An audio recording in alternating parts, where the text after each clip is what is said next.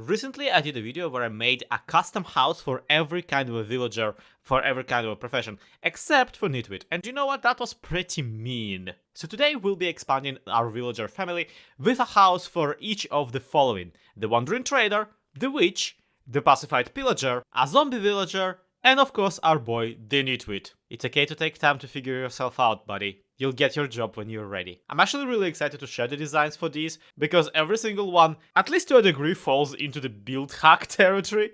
Also, I really would like you to leave a like on this video, because the Piglin Mafia is demanding at least 200 of those from me. That being said, let's get building. Out of pure solidarity, I want to start with the zombie guy.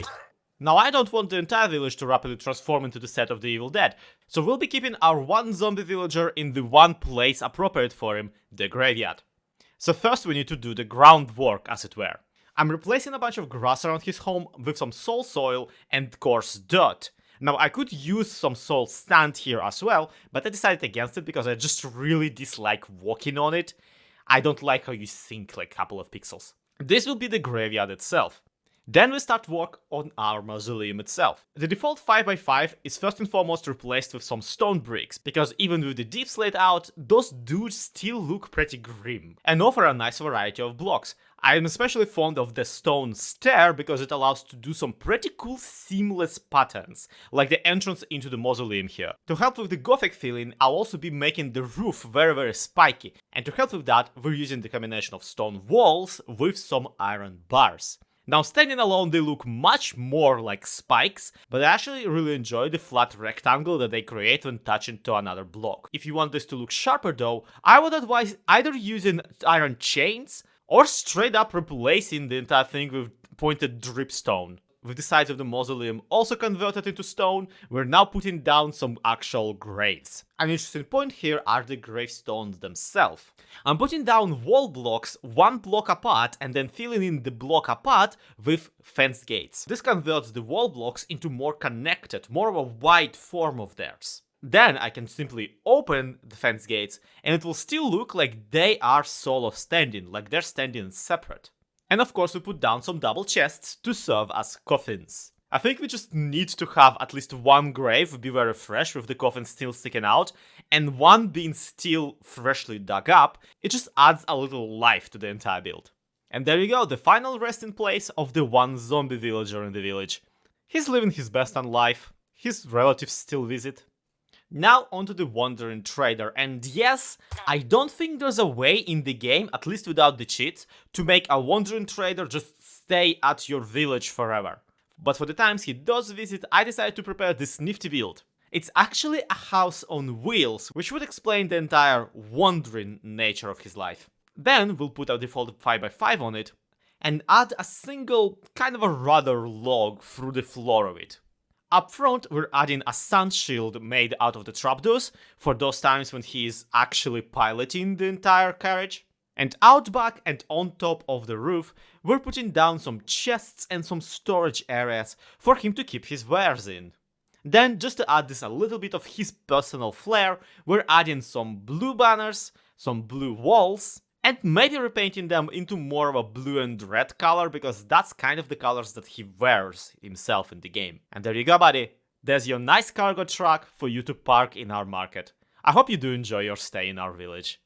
The next guest is a little bit more exotic. We'll be building a home for a pacified pillager, and yes, it is a known fact that you can make a pillager not able to attack anyone by simply forcing him to use up all of the durability on his crossbow. That's why I feel it's really cool to just have a retired pillager living in our village. Now, don't ask me why I decided that it's his house that should have the wine barrels out back. But we will make sure that he feels most at home by swapping all of the colored terracotta on his house for cyan one that resembles the exact color the pillagers' faces have. The roof will also be heavily inspired by the pillager towers you can find in the wild, even though he probably won't be using them to snipe from anyone. That's why the Fletcher house is there. Finally, I really wanted him to be sitting out front, kind of overlooking the village and enjoying the sun.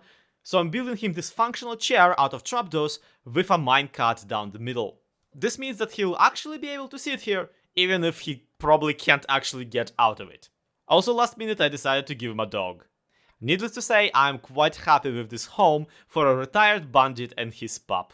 Another hostile friend we're inviting to the village is a witch. Now, witches actually don't attack villagers. Only witches that come with a pillager raid attack them, and the ones that spawn naturally only are interested in killing the player. So it's actually perfectly safe that a regular witch is coming to stay. Now, once again, witches do potions, so we've given them a nice little netherwort garden. I always liked imagining that when left to grow untended, netherwort will just grow into trees bigger than the crimson fungi, so we're bringing a little bit of that here. Also, the witch will of course need a big furnace to be sort of a distilling oven in this particular case. That's why we're making the chimneys so bendy. I also take time to put down a separate cauldron for potion making, fueled by the soul flame of course, and a little cage made out of trapdoors with a frog in it. Now, Minecraft frogs actually legitimately fit into a cauldron. It's hard to keep them in there, but they will fit if you really cram.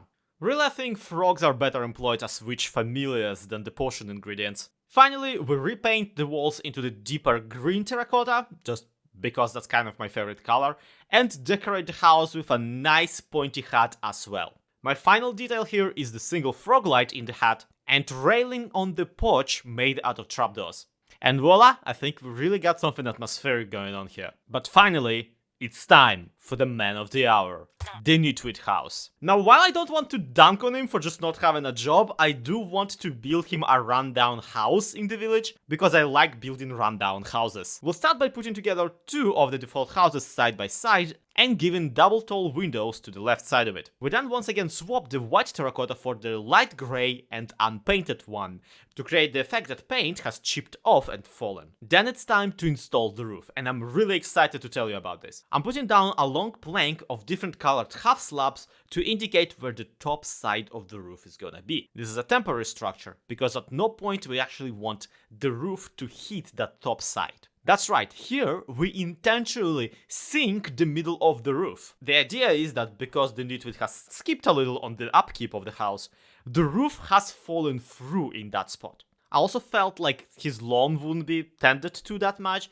so we're putting some dry bushes and packed mud there, even throwing some dead coral in there as well. And last but not least, I'm adding a basement. I don't know why, but adding a basement entrance up front makes any house that much more creepy. Which is very much the vibe we're going for with this house. There, a single cobweb will definitely seal the deal. And there's your extended villager homes for our renovated Minecraft village. Is there anyone I missed? Do you want more of the custom villager houses? Is there anything in particular you would like me to build for you? Let me know in the comments, I'm always open to suggestions. And don't forget to leave a like, because the Piglin Mafia is definitely coming for me.